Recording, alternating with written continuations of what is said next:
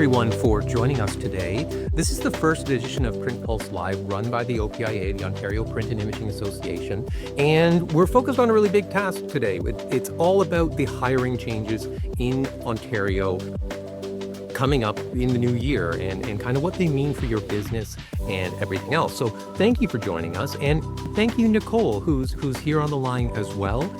And we'll do a quick introduction to Nicole in a moment, and then I'll hand it over to her because she's the one that's the real expert and is going to be able to fill us in on everything. My name is Lee Eldridge. If you haven't run into me before, I'm one of the directors of the OPIA. I am also a researcher and educator in graphic communications here at Toronto Metropolitan University, formerly known as Ryerson. So I work with the graphic communication program and creative school there, and try to keep my hand on what's going on in the print world throughout our great province. Before we get started, I wanted to just do a quick land acknowledgement because the OPIA does recognize that, all of the work and the work of its members takes place on traditional Indigenous territories across the province. And we acknowledge that the 46 treaties and the other agreements that cover the area we now call Ontario. And we're thankful to be able to work with and live within these territories and to all the people that have cared for this land since time immemorial, who continue to contribute to the strength of Ontario, to the print industries in Ontario, and to all of the communities across the province that work together in this. So just want to take a moment and kind of thank that. Now, today's seminar is really focused on hiring in Ontario and what's changing, what it means for your business, and how you should stay compliant. And it's really regarding two bills, Bills 149 and 190, the Working for Workers 4 and Working for Workers 5 Act that come into effect in just a few short months. I can't believe we're already, at the end of October and looking at 2026. This year has just flown by. And Nicole is here to guide us in that process and kind of, give us some real key insight into what we need to be concerned about with the hiring process and these changes as we move on. So, a really quick introduction to Nicole. I'll let her, kind of go through herself, but she's the founder of Bird Bolt Law. She's an employment and human rights lawyer with a trauma-informed practice. She began in a gender-based violence support role, working at the Toronto's Barbara Schiffler Clinic, and studied law in the UK before building a practice here in Ontario that helps organizations and workers navigate fair, compliant workplace policies. Today, she's really going to be focused on those latest updates to Ontario's human resources and employment laws, and really what they mean for you as a manager, business operator, employee, for hiring practices within your organizations. So with that, I'm going to stop my share. There we go. And turn it over to Nicole for going through those details. Thanks so much for joining us, Nicole. Hi, no problem. Thank you, Lee, and thanks to everyone. Nice to see that there's a good group of you here. I'm just going to start by sharing my screen.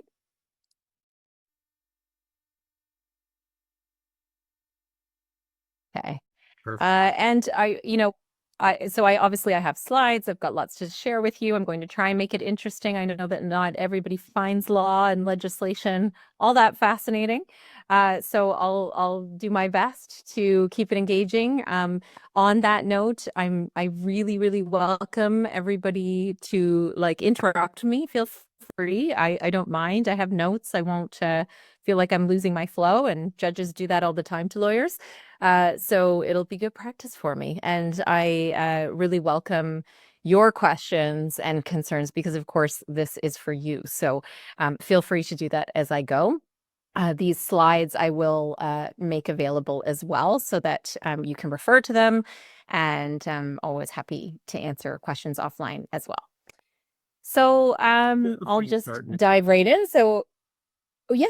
Sorry, I was just going to mention that there are a few of us from the OPIA who will be monitoring the chat as well. So if you want to put your questions in there, we're happy to kind of help out. I know that, while you're presenting, Nicole, you're focused on what you're doing. So we'll be on hand for that.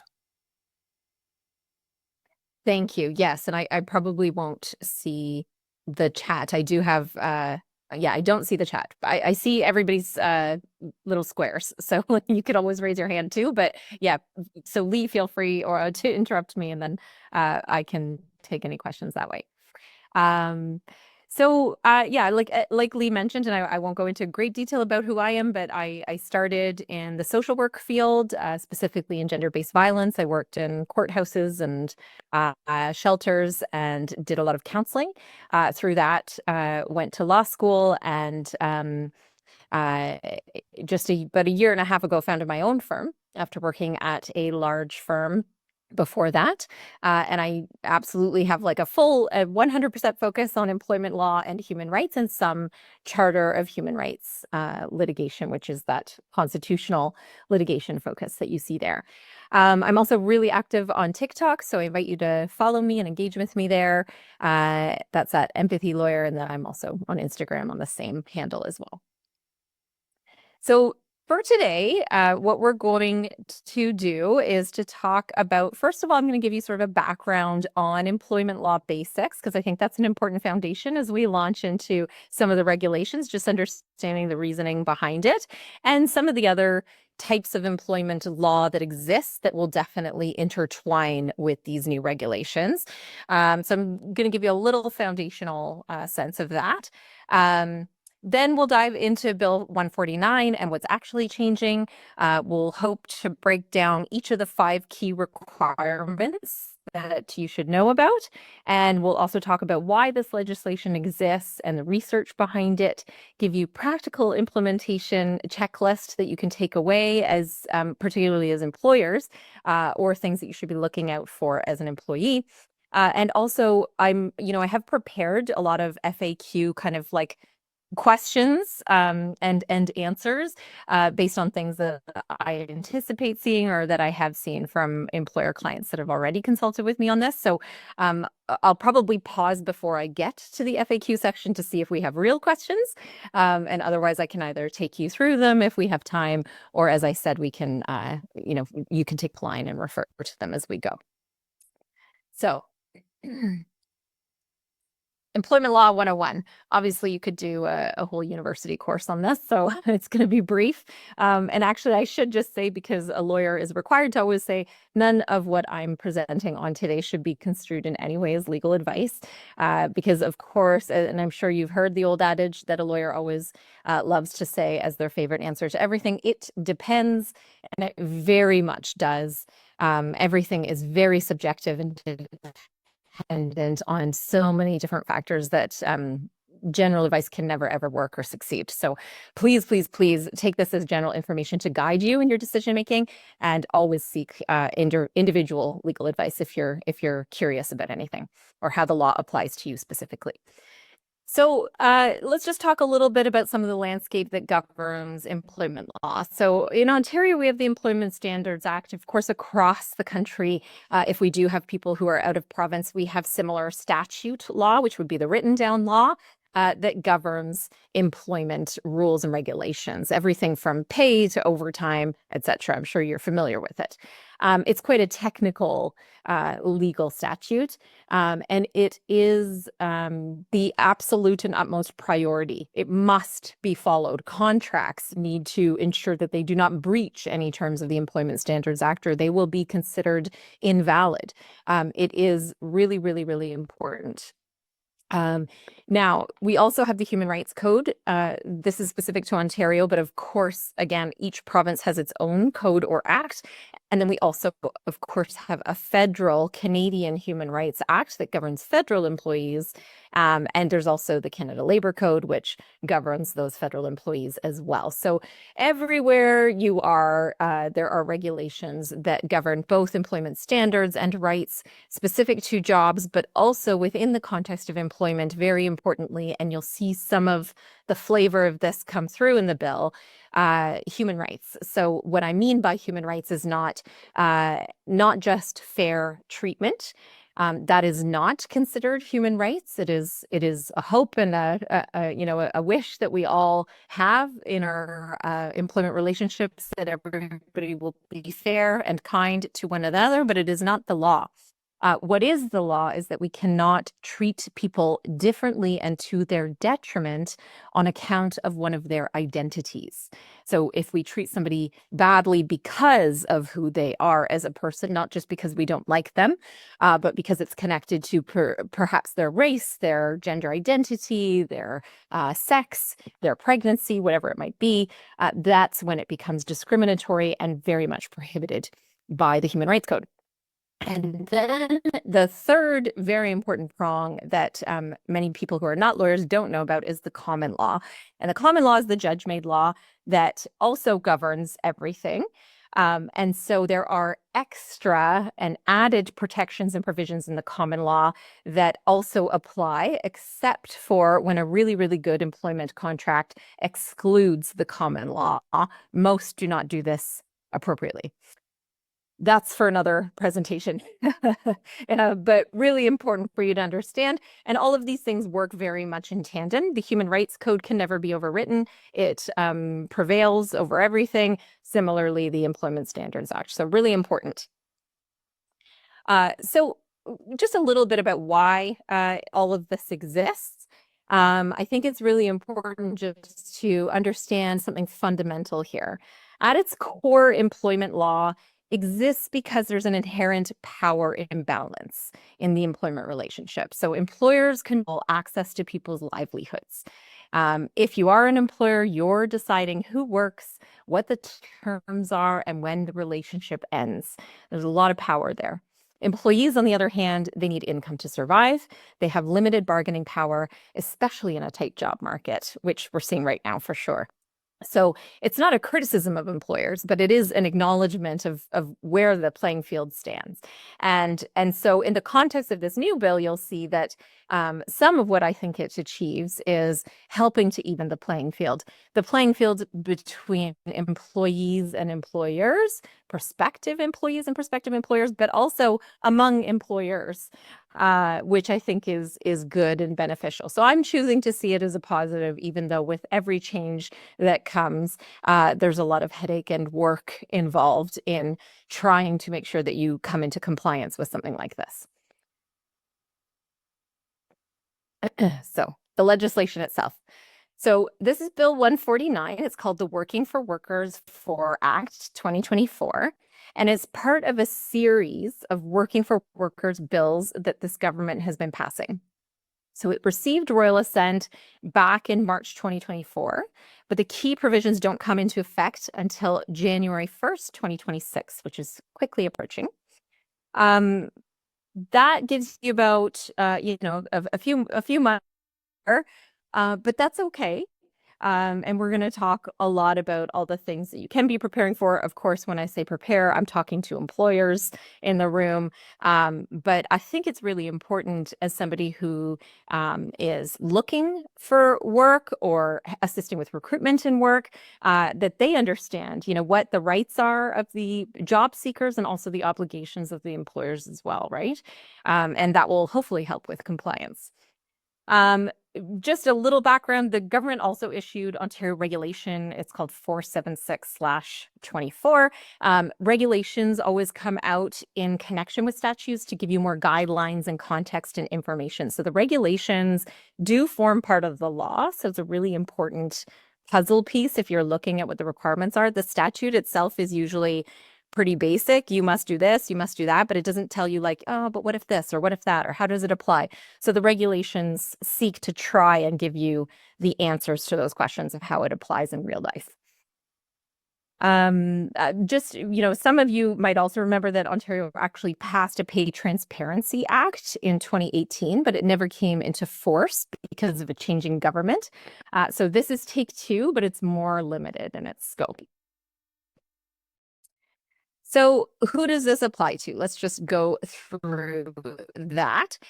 If you have 25 or more employees in Ontario on the day that you post a job, then these rules apply to you.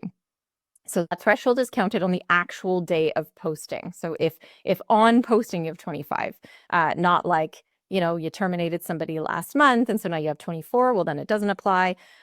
You're looking to hire your 25th, then it doesn't apply. Although I will say as like a blanket approach, and I'll get into this more, probably best to just follow these rules and start to just step in line. Maybe you're growing towards 25.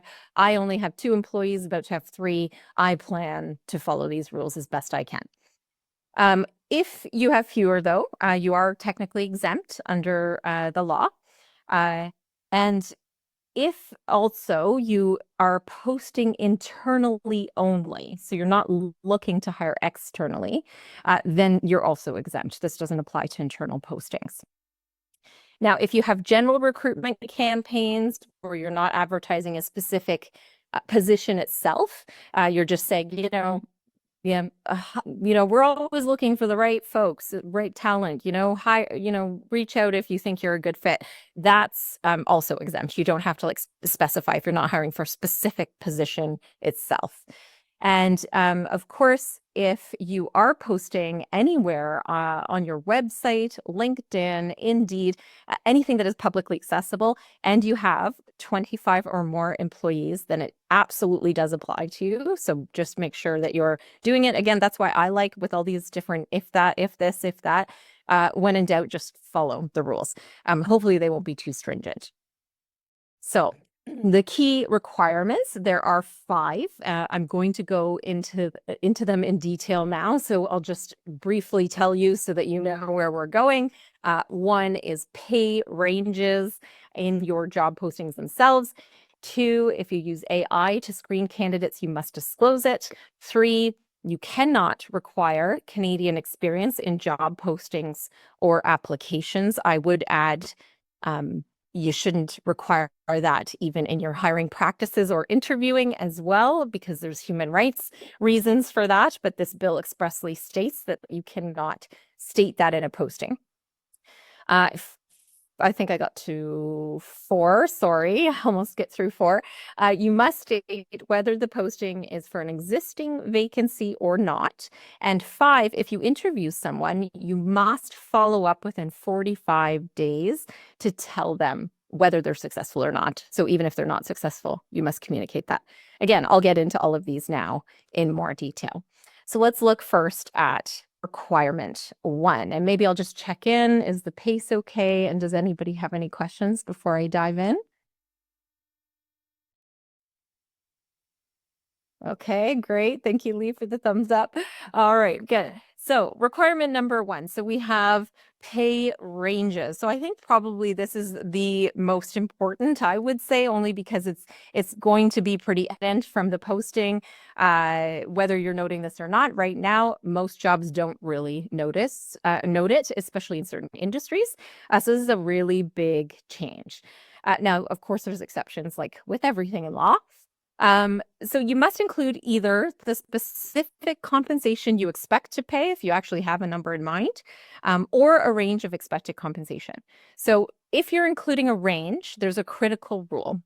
If the top end of your range is 200,000 or less per year, then your range cannot exceed 50,000. So you can't say between 100 and 200,000, depending on skill, experience, and so on.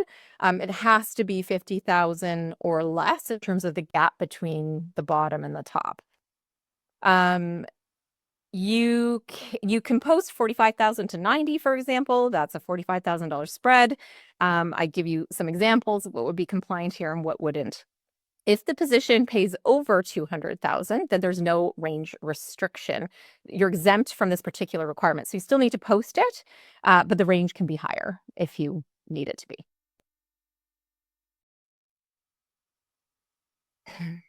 Okay. So then we get into, I think this is, sorry, my apologies. And I don't think you can really see that full slide. So I'm just going to make it bigger, unless maybe it's just my window. Sorry, I just added a little bit more here for context. So wages under the ESA, which is that Employment Standards Act, very, very important part of law as it relates to employment. You're going to be thinking about salary, hourly wages, commissions, non-discretionary bonuses. That means like guaranteed bonuses that people are getting every year. So this is all monetary compensation. It needs to be advertised and clear and publicly stated. Now, Sometimes this is going to become complicated, especially if you're, dealing with commissions and things like that. I would recommend, if you're really technical in this regard, to get legal advice about how you need to frame that and speak about it in your postings, just to make sure that you're keeping compliant. But again, as transparent as you can be. And I know that that's going to feel uncomfortable for some, and we'll talk a little bit about that later on. Okay, so requirement number 2 is AI disclosure. So we're all using AI. In fact, I used a beautiful AI program to help me create my slides today. So full disclosure to you, not that I had to, but I love AI. So as long as we're using it ethically and carefully, then I think it's a wonderful tool, and one that appears very much here to stay. So a lot of people use AI to help them with hiring, particularly larger companies, but even smaller ones where they want to help screen or filter through applications. So if, and this only applies depending on how you're using AI. But if you're using it to actually screen out applicants, so relying on like a first pass, then you need to disclose that you're using AI in that way. If it's helping you assess the quality of applicants, you also need to disclose that. And if it's actually helping you select the applicants that you're going to interview, you need to disclose it. And of course, this is the definition: a machine-based system that infers from input to generate outputs, such as predictions, content, recommendations, or decisions. So really, it's not just ChatGPT or I love Claude, if any of you use that, but it could also be like specific recruitment software that you might be using that's also using AI. So just check that if there's any kind of software that you're using. If it's using AI, you also need to disclose that. A little anecdote here is that many years ago, Amazon was using filter out applicants, and for many, many years it didn't realize, but when it looked back at the data, it noted that all of the executive positions it was hiring for and had hired for had sifted out all of the women applicants without its knowledge. So just remember, AI has its own bias, and that's why this is really important as well. So be conscious even in your use of AI and how much you're relying on it for especially decision making around who you're going to actually interview before you read through their qualifications.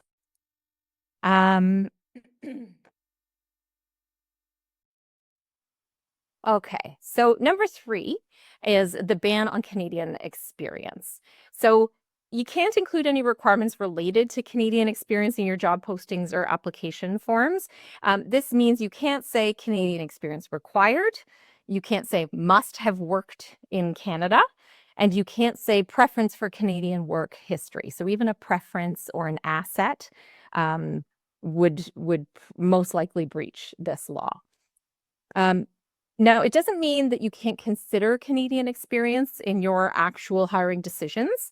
The way this law regulates what you put in the position and application form, that's what it is, right? It's really about the posting, the publicity of your invitation for applications. I will say, though, the Human Rights Commission in Ontario has since 2013 stated that requiring Canadian experience is, in their view, discrimination under the Human Rights Code. I would agree with that. I think it sifts out a lot of really wonderful, well-qualified individuals before they're even considered, right, based on their skills and merit. And does have the effect of creating a systemic barrier for immigrants and newcomers. And it's often used as a proxy for discrimination based on race, ancestry, or place of origin. So even if you're legally allowed to consider it in practice, you're taking a significant human rights risk if you use it as any kind of a determinative factor. And I am, because I do a lot of human rights work at the tribunal, I do see a lot of recruitment focused human rights claims. And as part of that, you would be required to disclose your notes around your interviewing processes as well. So just keep that in mind. I think, the rationale behind this ban is a bit of a catch, sorry, the rationale is that immigrants often face this catch-22. They can't get Canadian experience without a Canadian job, of course, but they also can't get a Canadian job without the Canadian experience. It really creates this awful barrier for them getting in. And of course, they bring all kinds of wonderful skills too. Now, of course, that doesn't prohibit you from, making your decisions to hire based on who is best at the end of the day, just not basing it on their Canadian connections. Okay, so number 4 is vacancy status. So I think this one's interesting too. So it's simple. You must state whether the posting is for existing vacancy or not. So it's really a binary disclosure here. The position is either vacant or it's not vacant. An existing vacancy means that someone left and you're replacing them, or you've created a new role and you're actively filling it right now. Not an existing vacancy means you're building a talent pipeline, doing market research, posting speculatively for future needs, or you're not actually sure if you'll even fill this role. So this requirement really is about responding to the need for transparency for candidates that are applying. How many of you have applied to jobs and then heard nothing for months? I know that's happened to me. And I think going back to the number 1 requirement around pay, and I'll get into the research a little bit more later, but it's so hard to apply for a job. It is a job to apply for a job. You have to really, especially if you're going to do it well, you're going to put together a really good package, a cover letter. Some people want like a full proposal or a written sample, whatever it is. It takes a long time. And if you knew at the outset that the amount they were going to pay you was going to be below your budget, particularly if you have family caring obligations, all kinds of different requirements in your life, you probably wouldn't go to the trouble of applying in the first place. I think similarly, if the position's not vacant and it's just a speculative concept, then you might not apply as well. So I think it's just really important in terms of transparency. Okay, so requirement number 5, we've got the 45-day follow-up. So if you interview a candidate for a publicly posted job, remember, not internal, not just somebody, reached out to you and you have a call with them about possible opportunities in the future, but they actually applied to a position that you posted for. Then you must inform them whether a hiring decision has been made within 45 days. So the clock starts from the date of the interview itself, not the date they reached out or applied. And if there are multiple rounds, it's from the date of the last interview, not your first. So the last sort of exchange where you had this interview and you were exploring whether to continue. But of course, if you have multiple rounds, whoever was in the first round that didn't proceed to the second or the third, that clock starts earlier for them. So it's basically based on the interview that you actually had with the individual themselves. And so here's an important distinction. What is an interview? So the regulation defines it as a meeting itself. So it can be in person or virtual. And at the meeting, questions are asked and answered to assess the candidate's suitability for the position. Phone screenings before you select people for interviews don't actually count. And just reviewing resumes doesn't count, but Zoom interviews do. In-person interviews also count. Panel interviews count. And what do you need to tell them? Just whether a hiring decision has been made or not.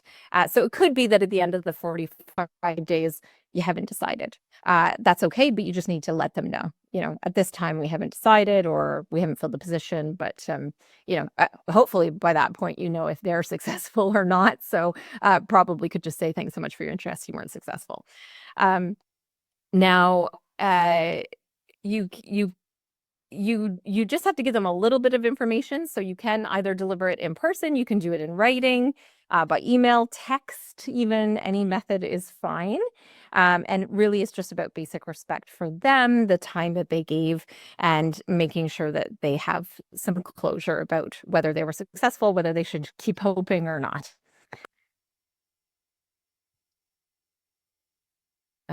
Okay, so record keeping, also really important.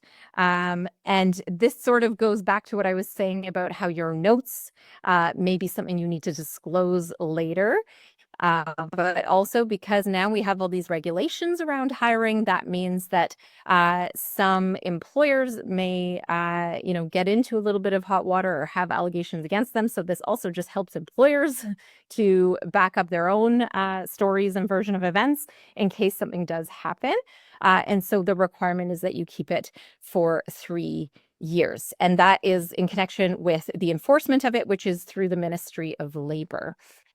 For any employees who are interested, that is also where a complaint would be filed. If something wasn't followed in this law, it would be through the Ministry of Labor.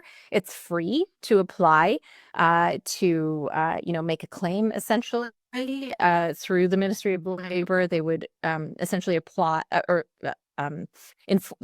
assign, that's the word I was looking for, assign some sort of labor standards officer to investigate and then, come up with a decision. Any remedies would be small, most likely, unless there were human rights related concerns. And then, of course, that's a different arena altogether. It would be at the Human Rights Tribunal. But talking just about compliance with the bill itself, the regulation would be more about enforcement, and nominal damages is just my suspicion. Okay. So I did want to talk a little bit about my thoughts and of course some of the research about why the law exists, just to give you some perspective, because like I said, anytime these new things come in, anyone that's on a board will know about the bylaw changes and requirements that came in. It was a really big, difficult thing for nonprofits to shift over to. But I think it's sometimes important with anything that we have to face that is difficult to understand some of the reasoning behind it. So, I mean, personally, I don't think it's just bureaucracy. I think, and the research shows that hidden salaries do create discrimination and discriminatory barriers as a result. They tend to disproportionately harm lower income workers, women, and people of color. If you think about it, when you don't post a salary, only the candidates who can afford to gamble their time and income prospects will actually spend the hours on the application, like I mentioned. So if they can't afford to have paid time off to interview, especially when they don't even know what the salary is, they might not apply, and therefore they're going to miss out on these more exceptional or expert focused positions that they might actually do really well in and succeed in and help with their career trajectory. And so that's where the disadvantage comes in, is that they might not even count themselves as an applicant from the beginning. There was a Resume Lab survey that found that 4 out of 5 people won't actually apply for jobs without salary information. That's 80% of potential candidates. And if we look at who those people are, they are disproportionately lower income workers and women and people of color. So there's also Federal Reserve research that found that workers at low wage employers tend to underestimate how much they could be paid if they switch jobs. So, like a lot of, I think still in the tech industry, I'm aware that people will apply and then they'll say, okay, well, how much do you want to be paid? And that's a really tricky thing too, because if you are from an equity-seeking group, you're probably going to propose you are underpaid compared to other colleagues of yours. So the pay transparency really does level the playing field. And when everyone can see what the job pays, it reduces information disparities that tend to drive discrimination and also pay inequity. And that's what I want to talk about now. Pardon me. Yes, this is the right one. So I just want to talk about the internal equity challenge that I think we should anticipate, particularly if you are an employer or you're working with other employers that you want to chat about. As they ramp up to get ready for January, they're going to really have to think about what is happening internally already. Because if, first of all, there are individuals who are working in similar positions and they're not being paid the same, the question first should be asked internally, why? And do we need to change that? Because all of a sudden, they're going to see what this position is worth. And you're going to have to publicly state what the range is, right? So if all of a sudden they see, oh, it's, the range is 75,000 to 100, but I'm getting paid 60. What's going on there? And then they're going to ask their, coworker Fred, what are you making? And Fred's going to say 75,000. And well, now you've got a discrimination claim. If it's a pay equity issue, for example, if Jane, in my example here, is making less than her male colleague, that's a real issue. And one that you should fix regardless of this law or not, but it happens more than you might think. I think too, of course, whatever the range is going to be, like, always better to just be transparent with employees. Hey, these rules are coming out. We're looking at our compensation structures. So I would say start internally before you prepare to go external on your public sharing of this information. Okay, so a little bit of a checklist, and sorry, I know I say March 2025. We've since passed that timeline, but this is okay. I think just keep this in your pocket, do what you can. And again, if this is employers, I am not sure exactly where you're all coming to me from in your positions, but some of the things to consider. So the internal pay audit that I just mentioned, really, really important. I would start there. Then I think within the internal pay audit, what that really should look at is every position, every employee, and what you're currently paying them. And then you can identify any pay inequities. And really, when I say pay inequity, I'm talking about people who are doing similar work, but making substantially different amounts. And especially if those differences correlate with gender or race. So really important there. Then create a plan to actually address those inequities. Second is when you would review all your job titles and descriptions. Are they accurate? Are they up to date? When you start posting salary ranges, all of a sudden those titles and descriptions need to align with the compensation that you're stating. So in essence, this is sort of like a business operations task. I'm actually looking to hire like a consultant business operations person to help me with just like a few things here and there. So that's also an option of just hiring somebody to help you with this if you're a small shop and want a little support. But just implementing really clear and regulated positions and salaries, I think would really help everybody, and it'll help in terms of your compliance. Then I think developing some sort of compensation philosophy is really useful. For example, how do you determine pay? Where do you want to be positioned in the market? Are you trying to be top of the market, or are you competing on other benefits?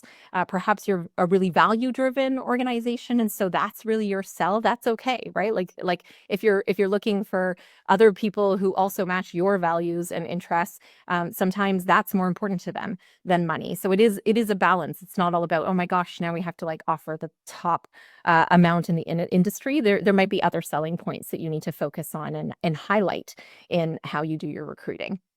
Then I think you're going to be looking at reviewing and updating all your own job posting templates, if you do have templates, if you regularly post for things. And then I think really importantly too, to audit your hiring process in case you are using any AI, and really think through that. Like, how do I use AI if I am using it? And what software am I using or relying on? If you're using a recruiter to help you, what are they using? And is that a concern? Like, those are the conversations you should be having as an employer, and certainly are responsible for having.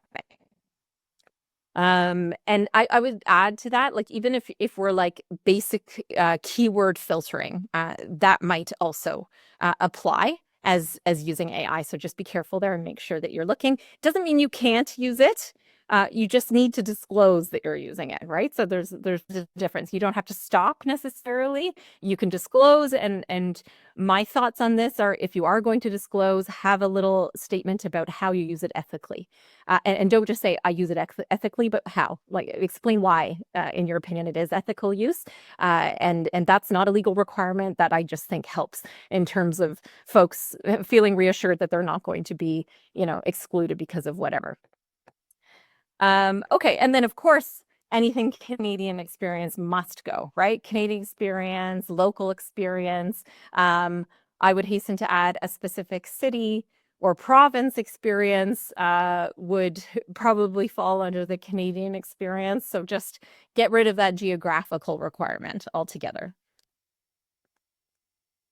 Okay. So I think too, the other thing really is just um, thinking about systems. So again, if you have internal processes, procedures, standard operating procedures, for example, on hiring, or even how you think about creating a position, um, all of that is really helpful to just reflect on and review and make sure that you're in line with all the things that are going to be rolling out. And I would do this every year, like just have like, a day set aside where you just review all of your operating procedures and make sure that they're in line with all of the laws and regulations. Okay, so I feel like I could just talk about this all day, but I'll just do a few more slides and then I'll probably pause and make sure that we have some time for questions from folks. And of course, if we don't have tons, then I have lots of questions, as I mentioned, that I can take you through some of that might be interesting. So in terms of pay equity, I did just want to say that like if you have a larger organization, just to have some understanding of this, I think it's really important. Pay equity, first of all, really, really technical and quite mathematical. But I think the most important thing is to start with an analysis. So grouping employees by roles, levels, and responsibilities, and then really comparing compensation. I think this is probably also just very good for employee care and retention, right? To show them and be transparent with them about the fact that you're considering this and that it's important. And then having, a clear communication plan around what you're doing, why you're doing it. Again, something like in preparation for a new pay transparency requirement, we've reviewed our compensation structures and have we identified any inequities? What are we doing about it? Or, we're satisfied that we haven't, and here's what you can see and expect in the future. So I think, internal employee care is really important too. Okay. So these are sort of getting into my common concerns, which I would call my FAQs. So before I go there, and I don't have to go there because, of course, you're going to get some of these to look at, I thought I would open it up to questions and see if anyone has any or comments. I've got a question from the chat. This was sent to me directly. Ken is wondering, and I've actually got a very similar question. Maybe I'll lump these two together. The 45-day candidate follow-up period seems like quite a long time for someone waiting to hear from a prospective employer. Is there any insight as to the rationale behind that particular amount of time? I mean, that's a good question. I would agree. It's a very long time to have to wait if you're in an active attempt to get an employment relationship going. I don't know the reasoning. I'm guessing that the government was hesitant to, put too many restrictions on businesses, and so needed to sort of dance around all of this quite delicately in terms of what they were going to expect. I think it would be hard if I think of my employer clients who are very, very busy. Like you want people to be able to comply. You also want to meet the needs of the employees who are waiting. And I think, there's a balance there because if it's 30 days, maybe all of a sudden, oh my gosh, well, we have all these other interviews going on. Sometimes you can't decide, like maybe somebody's in the running, but so and so who you really like the idea of can't meet you until 3 weeks out because you're on vacation and they're on vacation and whatever else. So sometimes I think that timeline does extend naturally.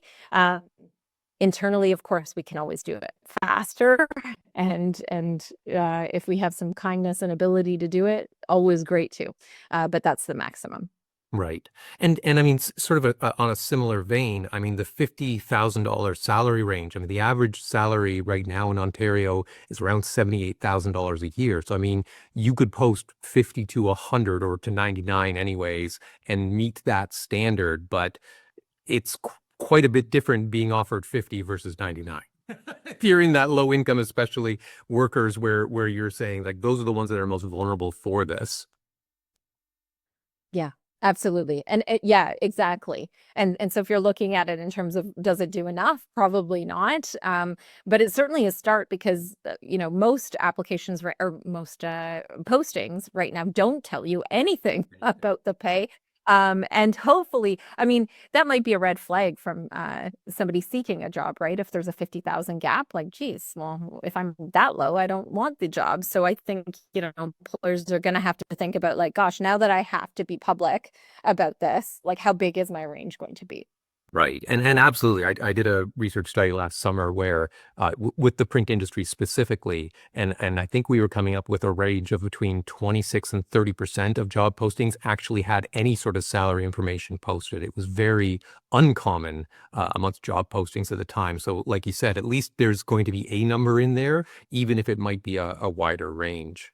Um, does the does the act or the new restrictions provide any information about how to word things like the AI disclosure? Is there any preferred, or is that something between you, your HR department, and your lawyer to figure out? That's right. Or by reviewing the regulations, because the regulations again give you a little bit more context and guidelines on the requirements, but the law never really gives you the language you need. And a lot of it is probably going to be open to how you communicate. I mean, I think as long as you say we use AI in screening in these ways, I think you've covered it. I think the language definitely will come down to uh, consulting with your own internal specialists or lawyers around how to make sure that you're stating that properly and correctly.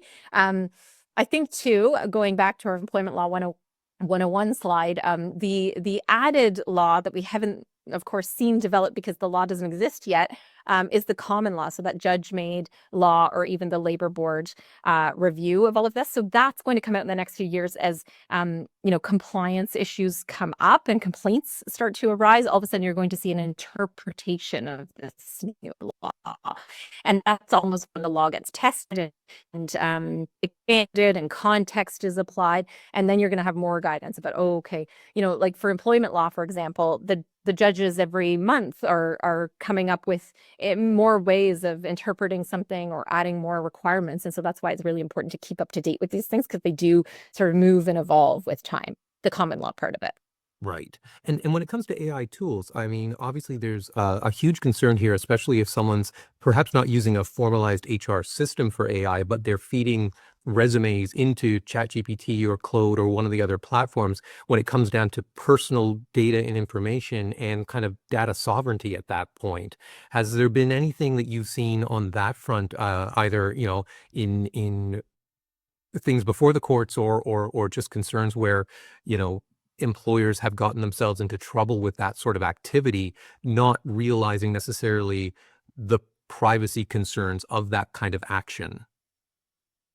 Well, I haven't seen it yet. I mean, even just within a law context, some lawyers, are relying on case law that's, hallucinated and not reviewing things. I think I would say I speak a lot on AI and in the context of law and lawyers' use of it because, again, I think it's a great tool as long as we're being very careful about how we use it and how we disclose that we use it. And so I think the same would apply to anyone, which is that. You shouldn't just disclose it, but I think you do need to think ethically about how you're using it. So, for example, if you are using the raw ChatGPT or Claude or any of the others, that it should be enterprise grade.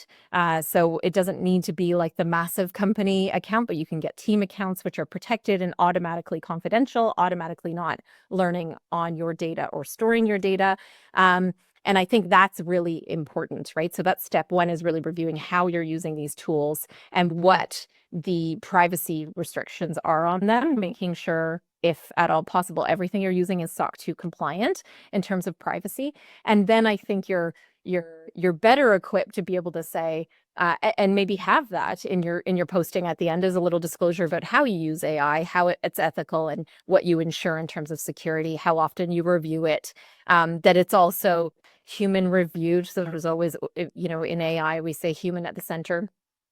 So maybe that's part of it, is that while we use AI in our recruitment practices by this, so this is how AI is used, would be a good thing to disclose.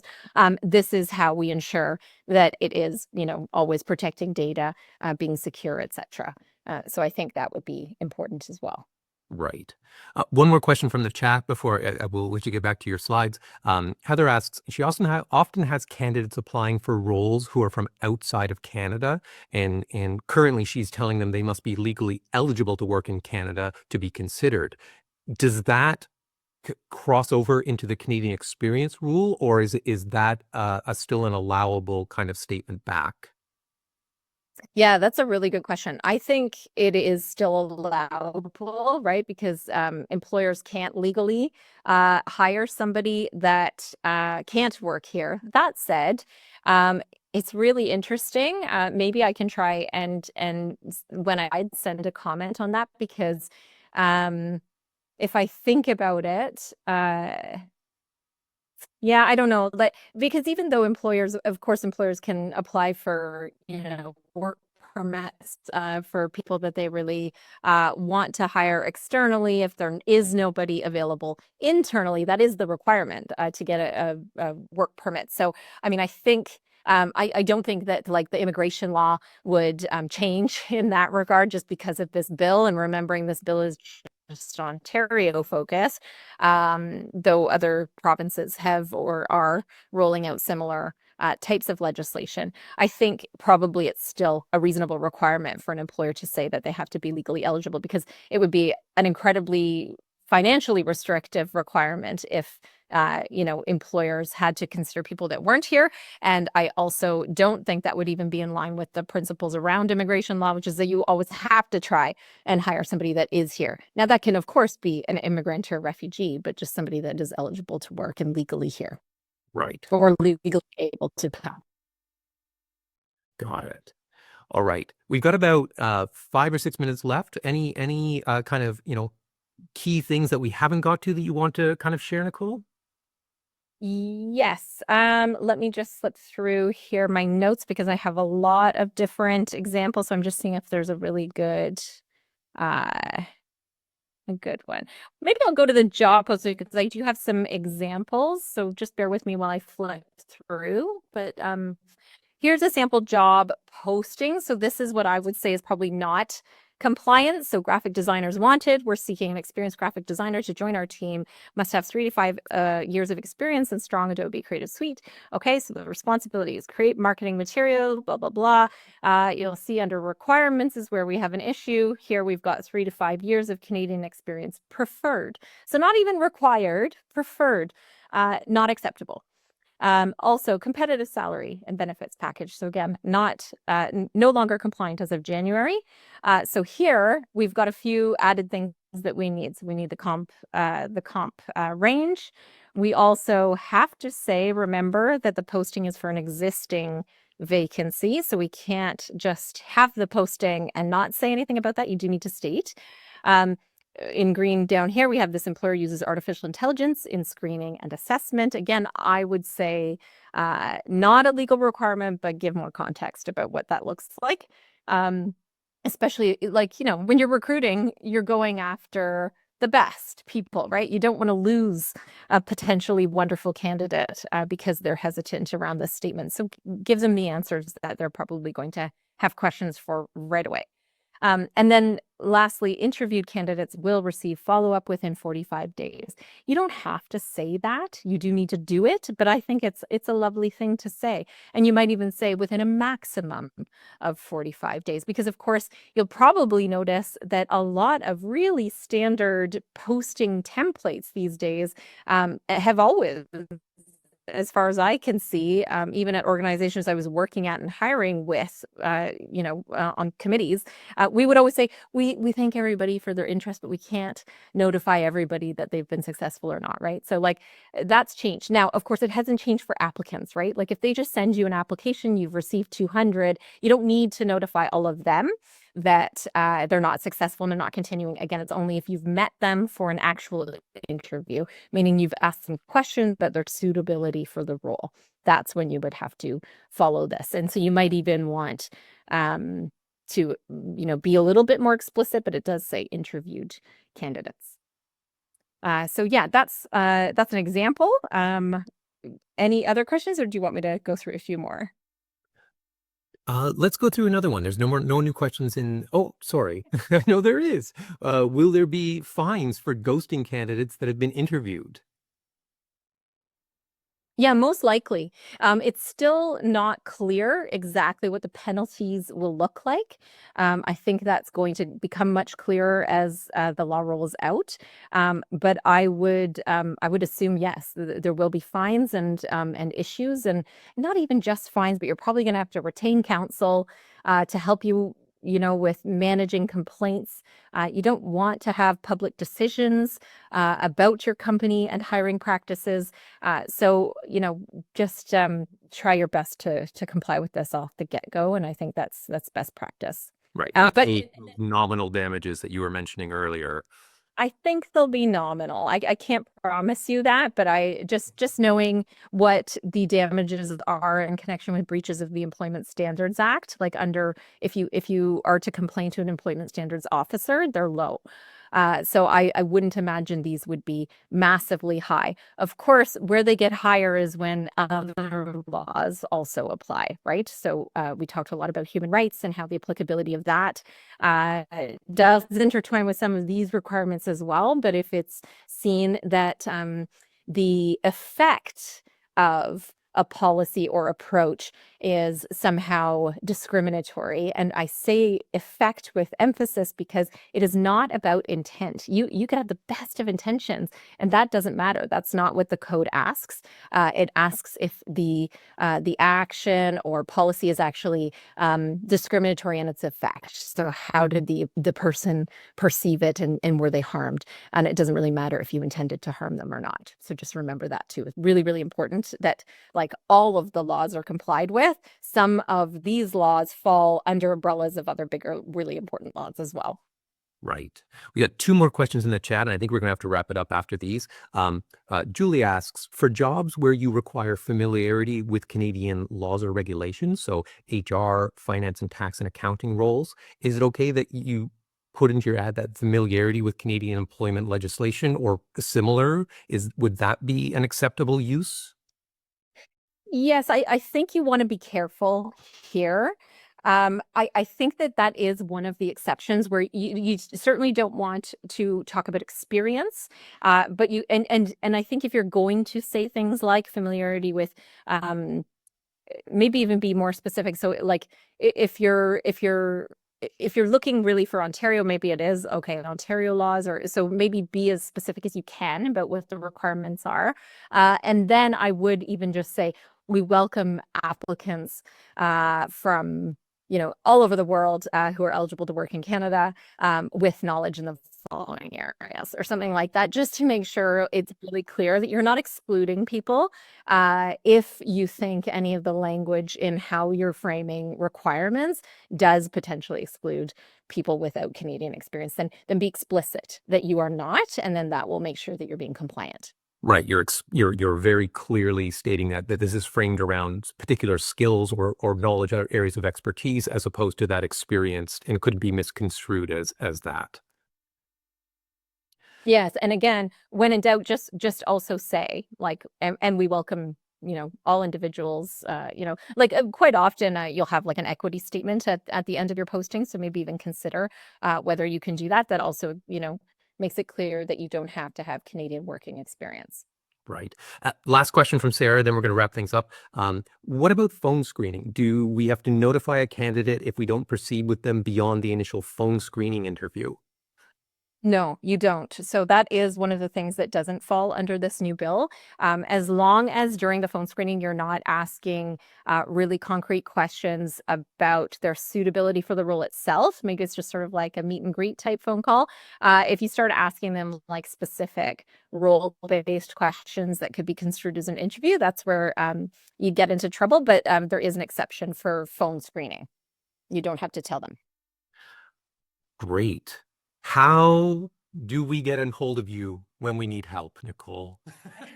Yeah, well, I'm trying to flip on through. There you go. There you go. There it is.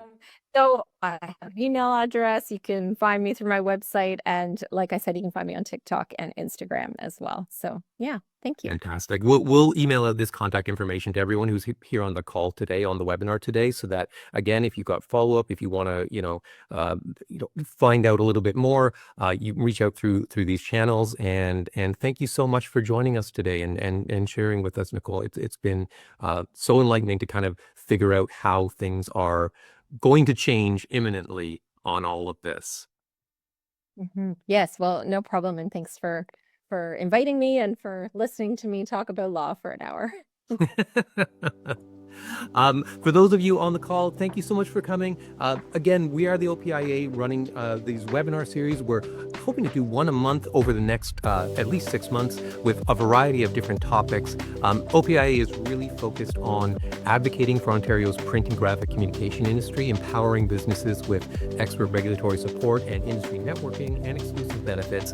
And if you're curious to find out more about OPIA specifically and our upcoming events, we've got several sessions planned over the next few months, including how to tap into government training dollars, social savvy sales teams and social selling, and AI-based automation and agentic AI in print. So keep a lookout for those. Obviously, we'll be reaching out to everyone who's on the webinar today and making sure that you're aware of our upcoming sessions. And if it's not something that you need specifically in your role in your organization, consider passing it on to someone that it might be appropriate for. Finally, if you want to get hold of us, OntarioPrinting.org. Nicole is available at bergboltlaw.ca. And again, we'll send out contact information for everyone. We've recorded this seminar as well, and we'll hopefully be able to publish a few pieces that will support and provide this knowledge in a form that you can reference in future. But thank you to everyone else for taking some time out of your busy days to join us, and best of luck in January. We hope no one gets fined. I hope not. Thanks all. Take care. Have a great day.